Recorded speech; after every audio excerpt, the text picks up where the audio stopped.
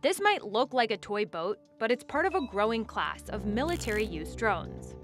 It's the Ocean Aero Triton, and it's billed as the only autonomous vessel that can both sail on the surface and dive to operate in submarine mode. Are they designed to be stealthy? They are.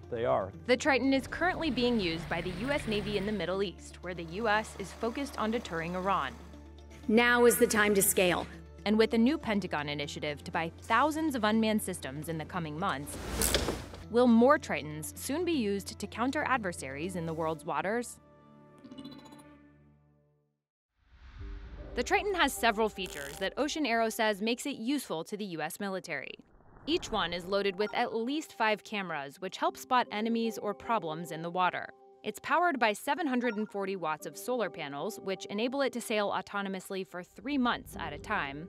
And its payload areas can carry different sensors and weapons, making it capable of various missions.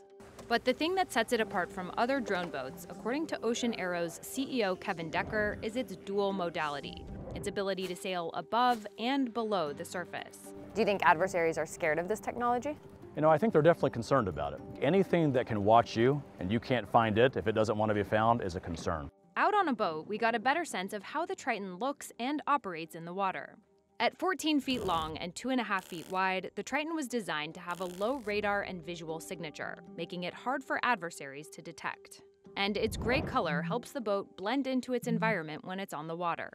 To dive beneath the surface, the Triton lowers its wing, gradually fills up with water, and descends, eventually disappearing from view. And it doesn't need a human to prompt it. Ocean Aero says the Triton can do this autonomously when it recognizes ships or other threats. Do you have to consider the possibility that an adversary could scoop a Triton out of the water? Yes, absolutely. One of the highest benefits of being this dual modality vehicle, the only one that can dive and sail, is to get out of the way. And when you're trying to evade an adversary or get out of the way of surface energy, being able to dive is tantamount to success and survivability. A Triton costs between $2 and $3 million depending on the payloads it's purchased with, and it can sail at speeds of up to 5 knots, on par with other sailboats, but slower than many of the vessels used by navies. While being captured is considered a worst-case scenario, the Triton, like many other commercially made drones, is considered by some to be a tritable, which essentially means it's cheap enough to lose. A Triton is basically the cost of a Tomahawk missile. So it's not inexpensive, but what I would say there, it's the right sweet spot.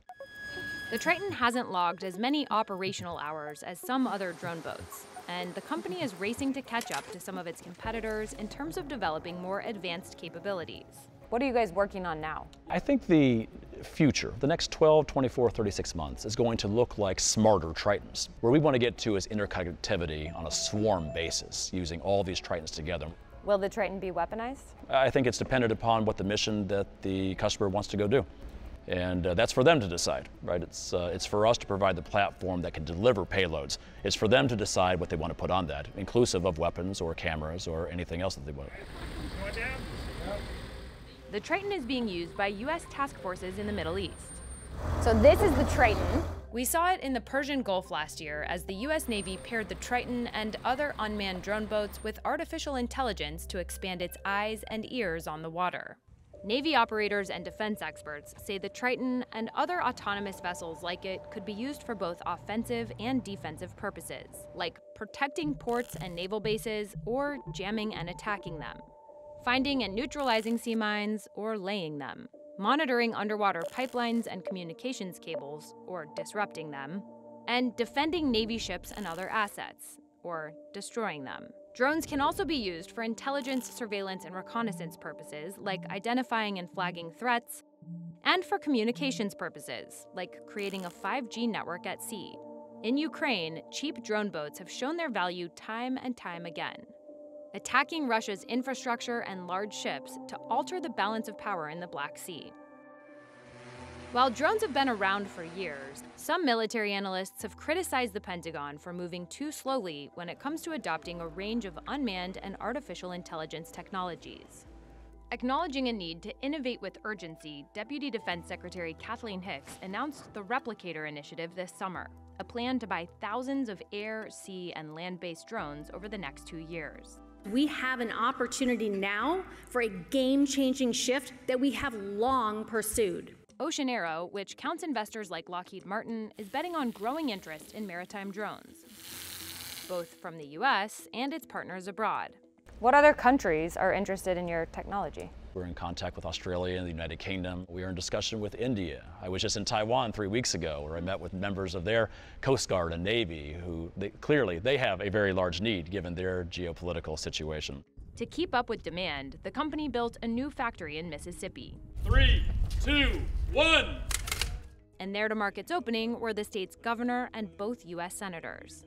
This is going to be a key part of keeping our nation safe. Senator Roger Wicker, the ranking member on the Armed Services Committee, said drones must be deployed quickly to deter China.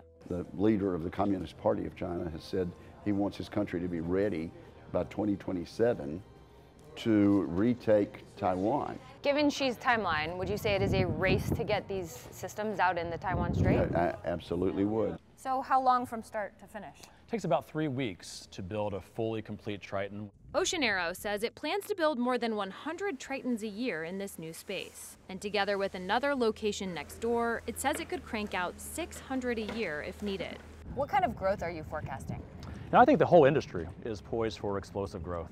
I think what aerial drones were 20 years ago is what ocean drones are today.